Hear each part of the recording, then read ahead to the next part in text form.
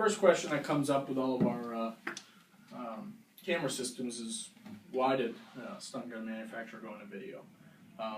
Really, you know, we have a pretty controversial product. There's a lot of controversial things that happen in law enforcement in general. What we found is, whether law enforcement officers really like it or not, video is out there already. There's stationary camera video everywhere. There's civilians holding up their own cell phones and taking video. And when the law enforcement agency doesn't have the ability to have their own video that puts an event into context, they're at the mercy of the public. So, you know, when a person takes a video, they can cut it down, they can send it to local media, they can make it look as bad for law enforcement as possible, and law enforcement really doesn't have a lot to come back with if they don't have their own version of the story. So, you know, our MO is we want to allow law enforcement to put every single use of force and every single incident into context.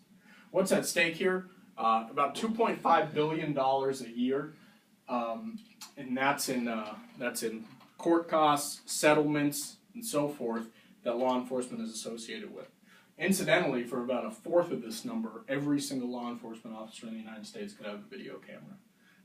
So this is a really big number to be faced with, and what we're seeing is that every agency that adopts video is seeing dramatic decreases in a few different areas. Number one, reduction in litigation. So officers, according to the International Association of Chiefs of Police, are 93% more likely to be exonerated by video than they are in the absence of video. So every time there's a complaint, if you have video, you're 93% more likely to have that complaint thrown out before it ever gets to a judge or a clerk or anybody, just by having a video that shows the officer acted according to his training. Second, in terms of reduction in complaints, this came from England, a 6-month, 300 officer study. You know, as you know, the bodies over there are unarmed, very different police force than here, or in the United States in general, I should say. But just by having a video camera that the public could see, there was 100%, there wasn't one complaint against an officer in a 6-month period of time. The reason being is, when a citizen sees an officer with a camera, their attitude toward police changes. So they're likely to be more amiable, more transparent, more obedient to what the officer says. By the same token, the officer knows he's being recorded, so the officer is also likely to act a little more, sort of a little more in the black and white as opposed to the gray area. How's been your experience with the unions? I've been talking with a number of jurisdictions, and there's some pushback from the unions sometimes. It's really all across the spectrum. You know, we have, like, Pittsburgh, for example, the Fraternal Order Police, the union there, was our #1 advocate in getting the units into the system, because they had a lot of officers who were complaining about the number of false complaints against them. There are other places that say, you know, well, we're suspicious of if this video is going to be used against our officers, if it's going to be a Big Brother type of situation where officers' videos are reviewed for professionalism and so forth. A lot of the concerns from the union can generally be addressed in policy. So if the policy is going to be, we're only going to evaluate the videos for that there are complaints, you know, that are regarding complaints and so forth, then the unions tend to back off. If the policy is more toward, we're going to randomly check videos to make sure officers are acting according to their training, there'll be a little more pushback. In general, like I always say, there are going to be people who don't want to wear it until the first time the video helps them, and then all of a sudden they'll become advocates of the system, and that's happened all over the place. Danbury PD, about 45 minutes from here, they're one that the sergeant came in the first day, said, "No way I'm wearing that." 30 days later, after wearing it, he was the guy pushing him to buy it because he saw the benefits of the video itself. Last one, increase in efficiency. When you have a video, it's a lot easier to write a report because you're not relying on your memory. You don't really have to write as much. You see what's in the video, you attach it to the report, and that really tells the story for you. So just keeping officers out on the street as opposed to behind the computer, this will aid in that too. Now, one of our big competitors is in-car camera, and so One of the things we always say is the market is used to paying $5,000 to $7,000 for these in-car camera systems, and it captures about 10% of the video. And that 10% is what happens directly in front of the windshield of the car. Well, our challenge is that the bulk of our operations would be on foot. Right. So that's exactly, that's kind of exactly where we're going with this, that as opposed to an in-car system, an on-officer system will capture everything the officer sees, not just what's in front of the car. In this next video here, we'll illustrate that as well. This is a comparison video of our system. If you can bear with me here. Come on, baby. I think something's going on with the projector that's preventing me from playing it. Just one sec.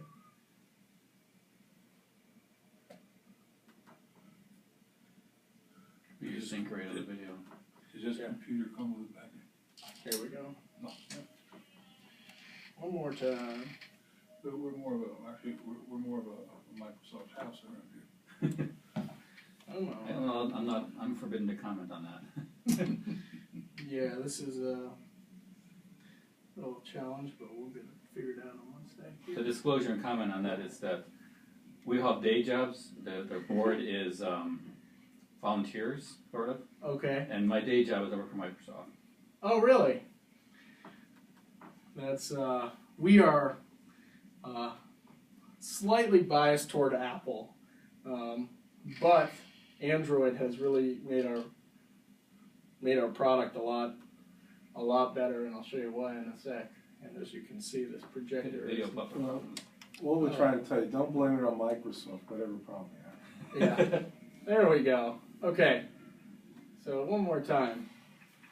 In this capacity, I'm required to be vendor agnostic. Okay, so you can see up here, this is the Axon Flex at the top, a body cam on the chest in the bottom left, and a dash cam. Now, on the Axon, you'll see on the top as he drives, you get a great view out the front of the windshield. The body cam, on the other hand, on the chest, you're going to get a lot of steering wheel. Other disclosure is I have seen your product in action before over on military forces. Oh, okay. Okay, great. So. So some of this might look familiar, but as the officer runs away from the car, you'll see the dash cam is now kind of inoperable, like we were talking about. But again, watch what happens when the officer draws a weapon. Again, chest cam's kind of blocked out, whereas the Axon is a nice high viewing angle there. The reason that we think this is really important is because in the most recent Supreme Court law regarding digital evidence is the fact that any digital evidence, I don't know why my iTunes library pops up there, but any digital evidence is going to be looked or viewed in the light of the perspective of a reasonable officer on the scene. So the more accurate we can make the video, the more it shows what the officer was seeing and doing. Point of view. Yeah, the more the more compelling that video will be. Oh, just a second. Is Steve around, or anyone of his officers may want to try this on while we have the demo model here? Steve. Sorry. My Keith Garrett. Keith. No, I'm blanking out. I don't have coffee today. Should have grabbed some. Yeah, I don't know if I'll check. Right. I don't know. And on that note, we can always send a T&E model when we do a 30-day test and evaluation. Okay. So if it is something you'd like to try first, we can easily set that up. The issue I've heard on this model for the civilian police is the weight. This is lighter than some units, but the just getting used to having it. Yeah, I mean it's certainly something that is important to remember to turn it on. Comfort-wise, we've come a long way. This is a product that's only about a year old now. Our last product was heavy, bulky, a lot of wires, not easy to wear. And I'll kind of walk you through some of the mounting options that we've come up with. In this video, we'll give you a quick overview here. And again, I think we're going to have this issue with all the videos, so maybe I'll just walk you through the demo instead here.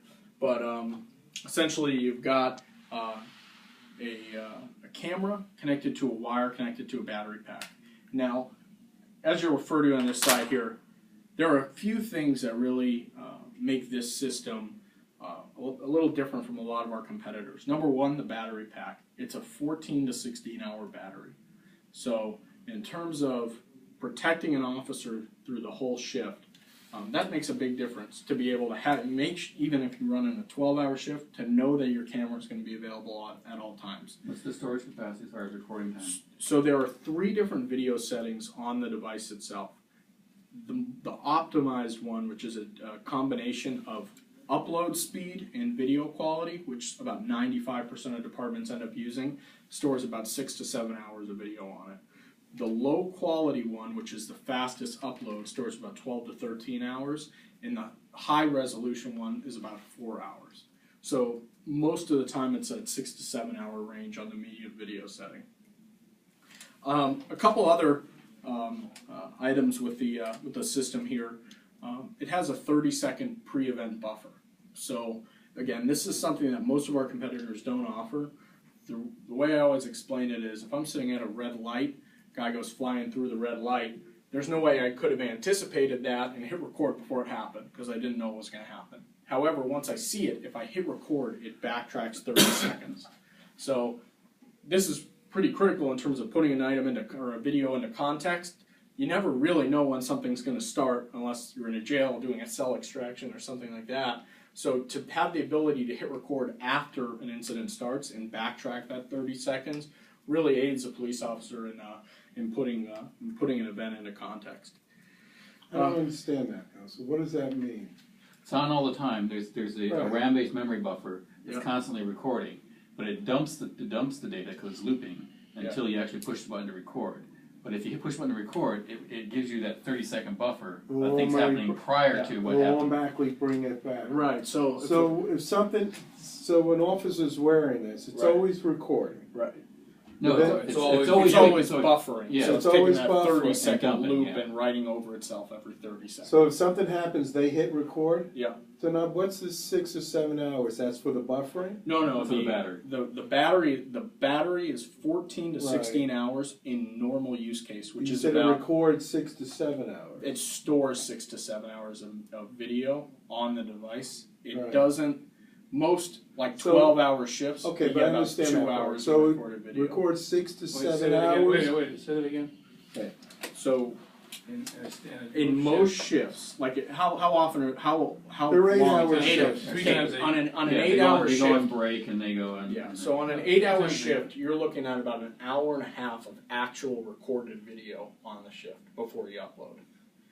So most of that 6.5 hours, the other 6.5 hours, you're just buffering, and then you make a traffic stop, put it in a record, you stop recording, that's one video. All those small incidents and so forth add up to about an hour and a half of stored video. So I haven't really heard of any officers taking up that full 6 to 7 hours of stored video on a shift. I mean, you really have to start recording and record all the way through, really. Yeah, in different jurisdictions, some of them I've heard where they said they have it on when they go on shift and they're supposed to leave it on. Uh-huh. And the unions complain about casual conversations between officers that they might get into trouble because they make inappropriate comments. Yeah. And they objected to it. Yeah. And they said, well, if it's only on when they're interfacing with the public in some event, then that was a different matter. And the other problem you have if you're recording the whole time is you get these massive chunks of video that you're trying to upload in 8-hour increments. And let's say 2 or 3 incidents happen within that you need to pull the video. Now you actually have to edit a piece of evidence, which is a big problem. And so that sort of just throws the chain of custody right out the door when you're clipping evidence. And so that's why we recommend having each individual recording as its own piece of evidence. But Yeah, one of our, for this group here, one of our challenges is that we have to determine what the policy will be. right. So that's why we're trying to figure this out. We're not going to be wearing them, but we've got to figure out what the policy for the officers is. Well, Right. let's say an officer though controls when it's going to get recorded. Correct. Yeah. It's not something that's okay. Yeah, that's it's dictated by policy usually, and I have probably 10 policies I could send you as suggestions from what other departments are using. You can see very easily if officers aren't recording, because on the back end it shows you how much video each officer is producing. So if everyone's at this sort of constant level, and then one guy is like, And then we You know, compare right that down against the arrest records for OGA and Yeah, whatever assisting they with that, then we Well, know. incident report. yeah, Yeah. You know, That's it. guy files half a dozen incident reports in the course of his shift, but he's got, 7 seconds of video on one of them. right, He's not doing the job. Right. yeah. And another question the union will surely ask is that buffering is video only. So in the event the guy's having a personal conversation or whatever the case may be, it'll only record audio from the time he hits record moving forward. Couple other things, the low light capability is phenomenal on this. The Bluetooth, I'll show you in a second. We'll go over that in more depth. Margie, this is Josh. Hi, how you doing? I'm Josh. Very nice to meet you. Yep, And the then, record show Margie Smith has entered. and then there's a number of mounting options as well that we'll go through. Right now, the first thing I'd like to kind of go over is the low light capability. And this is a screenshot of the simultaneous recording at dusk between our video and a competitor. So it kind of shows you the difference in video resolution. I'll also, to give you a sort of a better sense of that, I've got a Bluetooth, this has an app where you can actually get a live preview of what you're doing on your camera. So in a lowly lit room here, you see still a pretty good, I'll let you guys pass that around, but pretty good low light capability. You'll notice it's a choppy video on the phone. Bluetooth is just limiting the frame rate over the phone. It still stores at 30 frames per second. So when you watch it on your own computer after it uploads, it'll look like a normal video.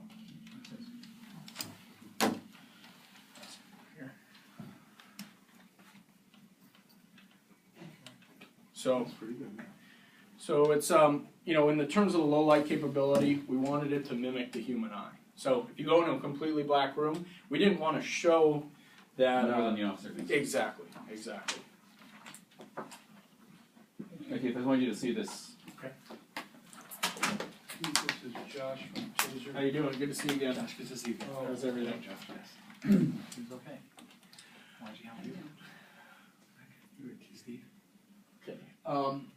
Now the mobile we went over a little bit already. You get a Bluetooth feed coming in from the camera. It's just an app that sits on my phone called Axon Flex. It pairs with your device and only pairs to one. You have to physically put the device into pairing mode, so there's no risk of other people intercepting your feed essentially to your phone. But what this allows you to do is a couple things. There are ways that I can.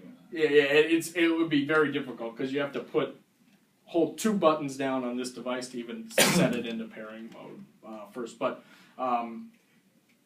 essentially what this allows you to do is in a tactical setting, like if you have to look over a fence or around a corner or something like that, you can actually take your camera off, sneak it around a corner, and kind of view the feed right on your phone.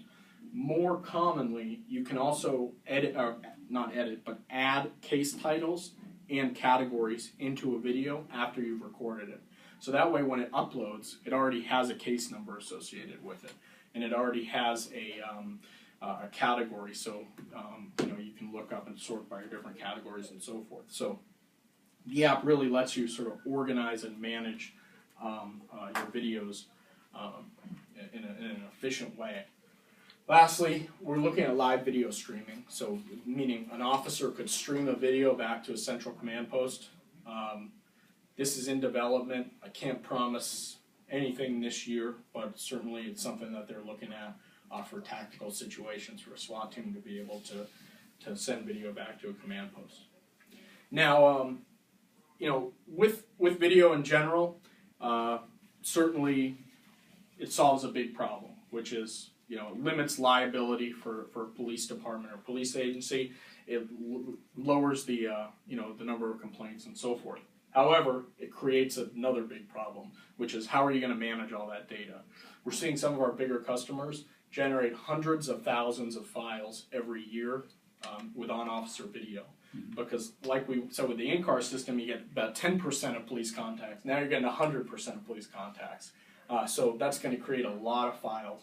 So we didn't really want to solve one problem without solving the other that it's going to create, and that's the management of the video. So we came up with evidence.com. Evidence.com is a cloud service which stores and manages all the workflows and all the data needs of the department. I mentioned it's in the cloud. Okay, most departments at this point are using local data server with legacy systems. Right now, we've probably got about 1,000 agencies on evidence.com. Security-wise, certainly very secure. We can go into sort of the security highlights in a sec, but the real 30,000-foot view is 256-bit encryption on transfer and storage, IP range blocking, all the things you'd expect in terms of secure storage.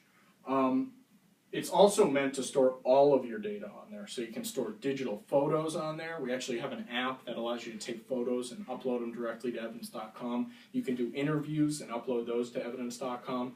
So it really is sort of a full-service data management provider, and to be honest, done all the SAS-70s and yes, okay. yeah. So this is we actually, it'd be sad to hear this, but we actually use Amazon as our storage provider.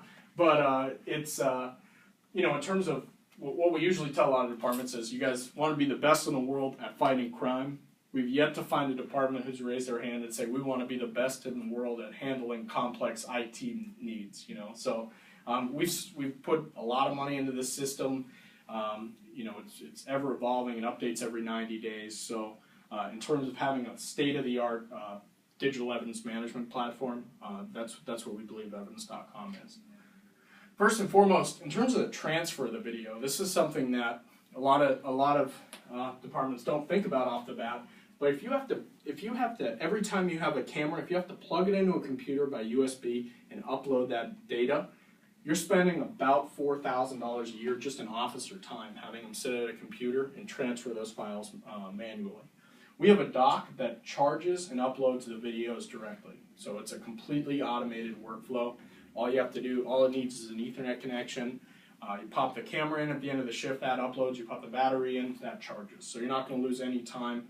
Officers literally pull it out of the dock at the beginning of the shift and go out in the street. So no time lost there. No, you have to put like a case number in? How do you index all the files? So you have two options. You can use the app, which is free, to put the case numbers in as you're out in the field. If you don't, the default storage is date and time of the video. Oh, the date and time? Yeah, and the officer who it's assigned to. And the officer. Yep. We'll always have the officer, date and time. And GPS okay. location if you're outside. That would mean, how do we manage that if we're shifting officers? Yep. And they, is there a way for us to say who is using a particular device at a particular time? Yep. So if it's ideally it's meant to be a one-to-one device. We realize in these economic times it's not always feasible for that to happen. So what a lot of departments do is they have a computer next to the dock, and what you do before you take the system out, there's a USB cord connected to the computer, connect the camera. First thing it asks you is, who do you want to assign this to? You type in the officer who's going to be taking its last name. It assigns to them. It's just a checkout. Yep. Okay. And then when you dock it, it automatically uploads to that person's account. Then the next guy come in, take it out, and assign it to them. How long does it take to charge? The charging time is about 3 hours, and that the upload's accomplished in that time. So if you run 3 shifts a day, what we usually say is the first shift and the third shift can share, whereas the second shift would have to wait, for the first shift of the next day to share with them. So you'd need about 2 shifts worth of cameras to cover the entire department. Now, in terms of storage, you do have the option to store in your own servers if that's something that the department would like to do. It's kind of the issues with it are well documented at this point. There's a lot of times systems go out of date very quickly. There's a lot of IT costs, a lot of headaches involved with it. A long implementation time. But if you're unsure, you always have the option to get evidence.com for free for a year. So if you don't know which direction you want to go, you can try our system for a year. The implementation time by that, or as long as you have a working Ethernet connection, you're good to go. It'll take us an hour to set up the dock, and you'll be ready to go from there, literally out in the field with the units the same day. Training takes about an hour as well. In terms of payment and budget, it's flexible. You know, we have a number of different payment options. You can do year-to-year payment on the service. You can pay up front if you have grant money and so forth. We do financing over a 5-year period if you'd like. So, you know, in general, we'll work with you on how to pay for the system end to end. And then, you know, the execution risk, if we don't deliver, then we don't get paid. So certainly, we have invested a lot of money in making this system state-of-the-art and world-class. And, you know, part of our business model is we've got to continue to produce in order to get paid. If you decide to disconnect from us, let us know. We'll put your data on drives and send it to you. So you own the data. There's no risk of losing it. And so we want to make it as easy for you as possible to get on our system, but also to get off, because we don't want you to feel trapped once you're on there. Now, in terms of the budget stuff, like I mentioned, very flexible. The cloud business model is essentially you're paying for a service. So instead of investing this huge sum of money every 5 years into upgraded IT infrastructure and IT staff and so forth, you've got a very fixed line item in your budget year to year. As I said, some departments buy up front if they'd like to, but it's a known entity. It's not something where, like the country of New Zealand, they budgeted $5 million for a system like this that they were going to run locally. $20 million later, they threw it out and they bought ours because there's just so many unknowns when you're going to build your own data center. And then lastly, in terms of you know, Taser as a company, we only work with law enforcement. So we don't really you know, have any other customers, and what that means to you is law enforcement helped us design this system. And DoD. What's that? And DoD. Yeah, a little bit military. We have a very small consumer section, but we're about 95% domestic law enforcement.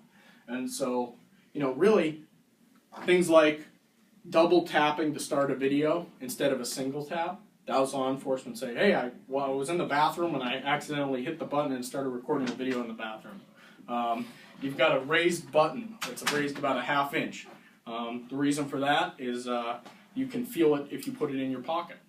Okay, it beeps when it starts recording, and then it beeps every 2 minutes after it started recording to remind you that you're still recording, so that after an incident you don't continue to record. Things like this. These are all sort of things that were suggested by law enforcement, and you know, we really value that partnership. So whereas some of our competitors kind of threw out a product out there that said, hey, you know, it's a camera, it'll work for law enforcement. We didn't really think about the low light, we didn't really think about the buffering, we didn't really think about the mounting options, but it will record.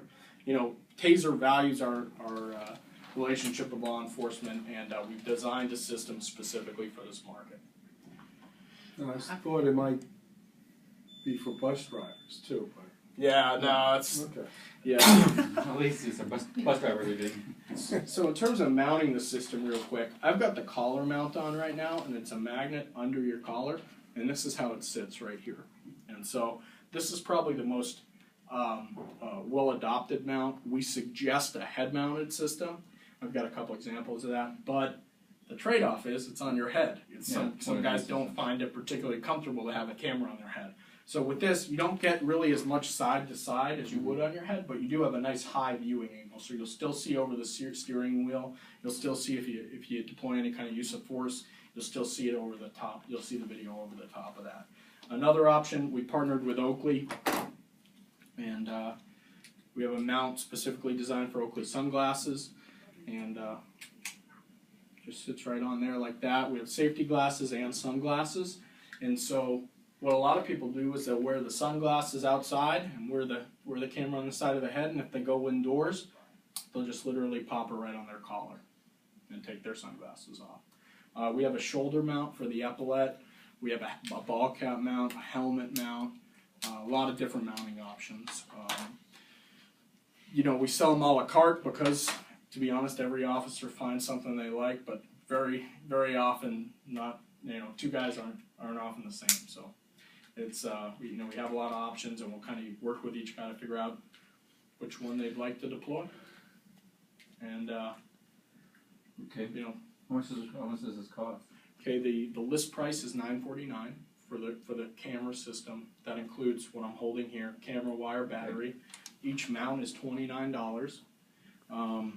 It includes every mount except the actual Oakley sunglasses. So if you have Oakley's, the clip is about $20, but the Oakley's you have to buy from Oakley or from us at the Oakley pricing. So it's $949 per camera. Yep, and about $29 for the mount. So about $1,000. Yeah. Yeah. And And the then- service? Now the service is free for a year. After the first year, it depends on the number of cameras you buy, the storage, and the maintenance. So, you know, overall, like if we were to do a 3-year deal, you'd be looking at about $26,000 all in for 10 units for 3 years of service. And that would include all storage, all application licenses, all maintenance. And what I mean by all maintenance is if anything across the system breaks, it's replaceable under warranty, no questions asked, regardless of how it broke, who broke it. We'll replace it for free. That's 26,000 after the purchase of the, Nope, That's that's including the hardware. including Package 10, Yeah, For 10 but units. for 10 units. for 10 units. So And that then you includes would the pay dock. $1,000 a unit for anything We have additional. like, Right. how many patrol officers? We have like 37. 37 total, but they're all patrol or some of them are in desk. Um, We don't need patrol officers, have 35. But they're not all, But that's not all 3 on it. separate How many are out on shifts. this shift? Anywhere between 6 and 12. So we would need 2 sets, You need enough to cover 2 24. shifts. 2 shifts, so you would Yeah. need like 24. 24. Yep. And And so, they- go I'm ahead. sorry, that 26,000 is for 10. For 10, but it's on a curve, so it wouldn't just be times Right, 2.5 about. But essentially, to get started on the hardware end, what you'd be looking at is, again, about a 20 quantity of 24, we'd probably knock about $100 off the hardware cost per unit. So you'd be looking at closer to $900 a unit. Then the docks are $14.99, and that covers 6 units, so you need 4 docks. And then, you know, the everything on top of that would be the service, the storage, and the maintenance. The way that breaks down is the maintenance is 18% of the hardware cost, and that's optional. You don't have to buy the maintenance if you don't want it. The service is $750 per camera, and the storage is $1.50 a gigabyte. And we kind of chart out how much storage you need, you know. And then based on the number of recorded incidents and Right. so that we should probably be relatively low, but. Right. And then, you know, certainly there's 100 different ways to, not 100, there's like 4 or 5 different ways to buy. Number one, buy the hardware, get the free year at evidence.com, and then after the first year, you can analyze how much storage you use, what you'd like to do after that, go to year, buy a 3 or 5 year package. You can buy a 3-year package up front, but only pay for the hardware in year 1 and defer the payments for the service to years 2 and 3. You could do 3 equal installments. Just like here's, you guys not, I'm used to federal, so it's GSA, Right. the New York State, OGS. are you guys on the OGS schedule? We are not. We have customers in New York, but they were all under sole source. Okay, So the reason we can't get on the state pricing for New York is the service is not linear. It's on a curve, and so we offer different pricing to different size orders. So you got under a sole source waiver on each, Yep, we have our sole because source. there's nothing out there, you're the only one with this type of. So you're the only one that Yeah. makes this, they're the only Well- reseller of this. Well- Right? well, true, but it's the only one integrated with a cloud back end too. Okay. So other vendors have, like, you can upload the product, the video locally, and then you can sign a contract with Amazon and store the video on Amazon. But this is a total integrated system and cloud application. So it's the only system out there like that. It's the only system that uses a dock to Can you give us a list of your customers. customers that are sold, but Sure, Good. absolutely. We can give you a reference list off the top of my head. from New York agencies, Yeah. city agencies? So New York agencies right now are Niagara County, North Tonawanda, up in Niagara County as well, Kingston, New York, Okay. Newburgh is testing right now. Anything in the city? Nothing in the city. Danbury would be the closest to the city. They're got about 30 units. Hartford, Connecticut, is another big one. New York City's been tough because, New York PD hasn't at this point been interested in body cameras, and a lot of departments are looking to the city first. Excuse me, John. Do you have any clients that, don't carry guns?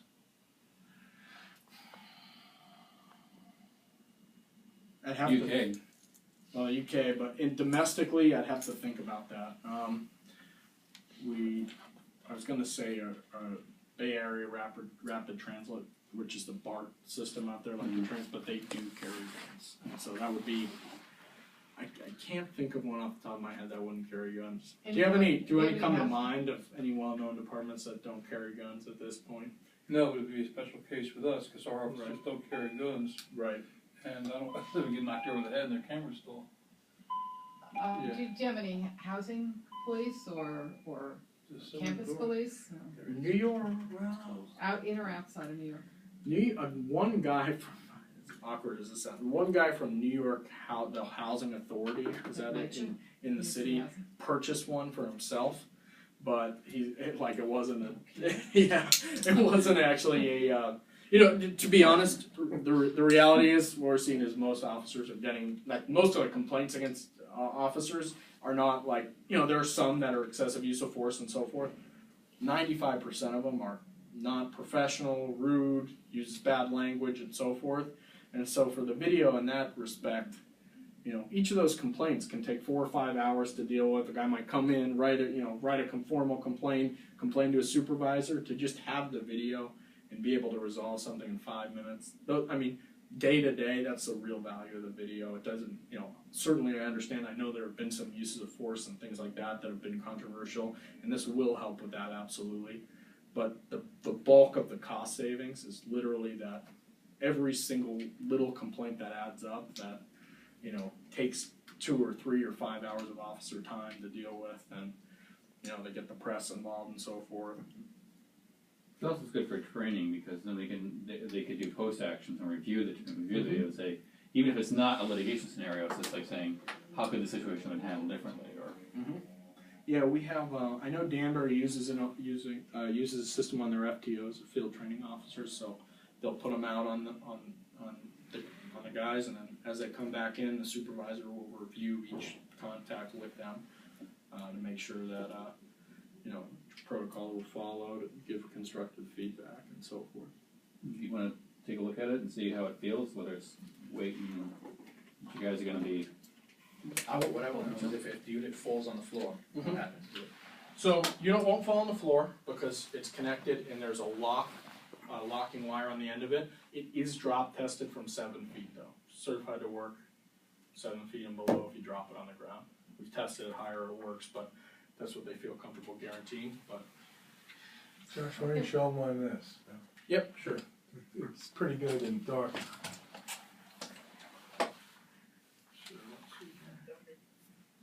So this goes in a pocket? Yep, exactly. That'll go in the chest pocket. The wire's usually worn under the uniform, except for that coiled part of it.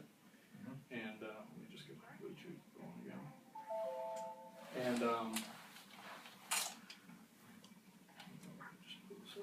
And so, did I turn the camera? That's why I turned the camera off.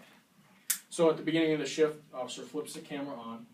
That puts it into buffering mode. So it's that 30-second loop, just like an in-car system, where if you hit record, it backtracks 30 seconds. So like if a guy comes up and pushes an officer, you can hit record after that, and it will backtrack to catch what just happened on the video. Once it starts blinking green, it's in buffering mode. And then to start recording, you just double tap that big button in the middle, and it'll. There you go. You get the 2 beeps. I'm just starting up the app here, and it'll show you a live stream of the camera on the app in 1 sec. What you missed also earlier is that's useful for around the corner seeking, and you can look at your phone, you put the camera in the corner. Yeah, so here's what the app looks like as you move the camera around. This would be right side up like that. And as you move around the room, it's like the human eye. It kind of adjusts to brightness like the human eye does. It shows choppy on here because it's Bluetooth, but it stores at 30 frames per second. So when you review the video on the computer, it'll look like a normal video.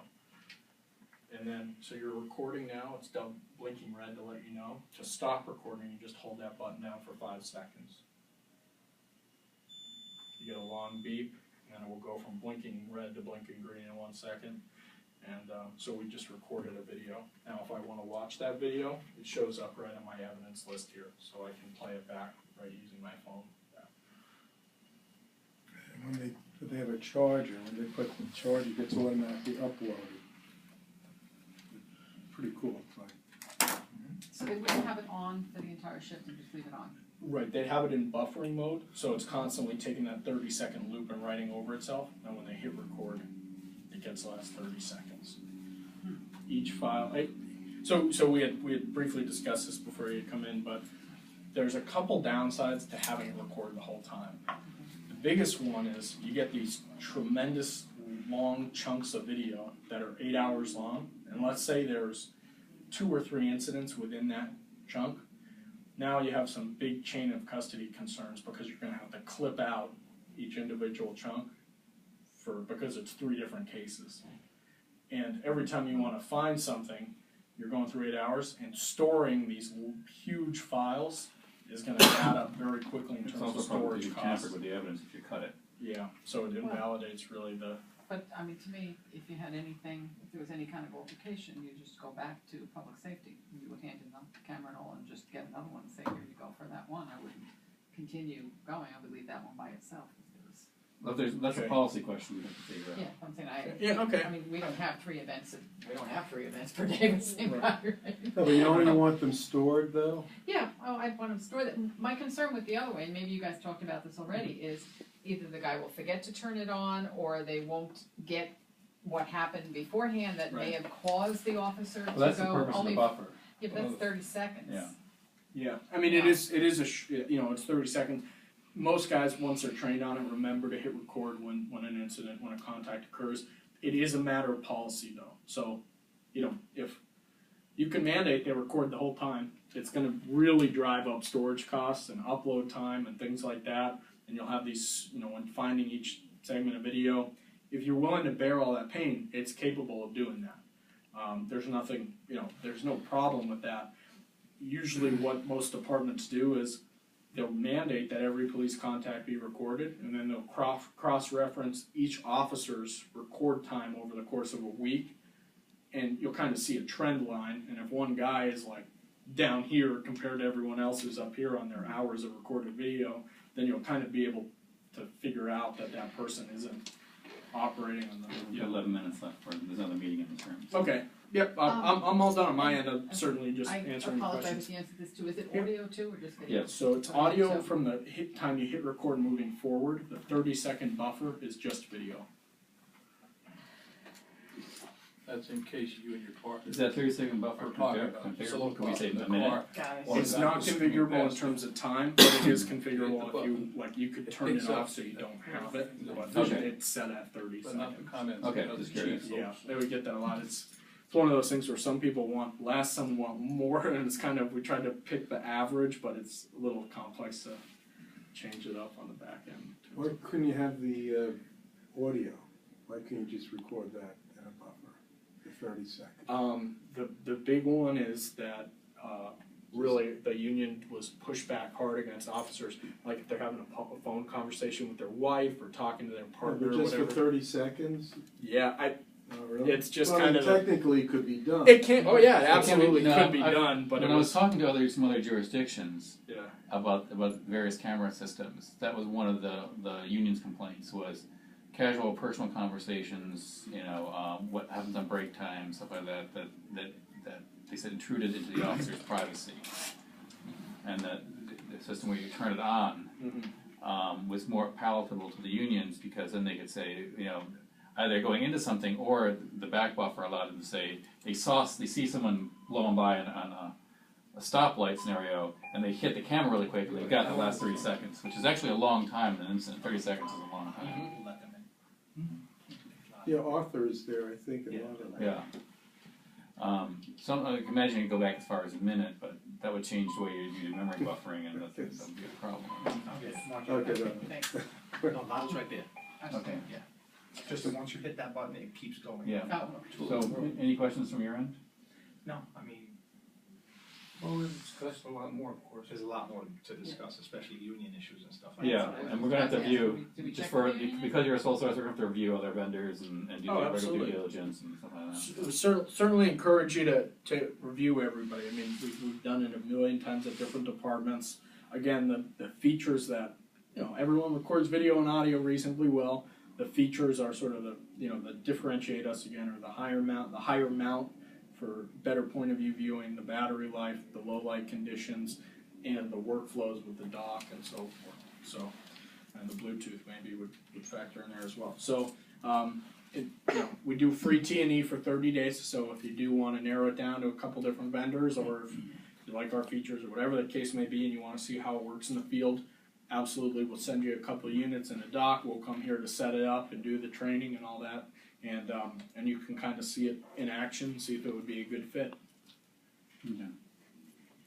Thank you very much. All right. Appreciate it. Well, I appreciate your time, everyone. Thanks, and Thank you. I'll hand out some cards, so if you do have any questions, you'll have my contact info here.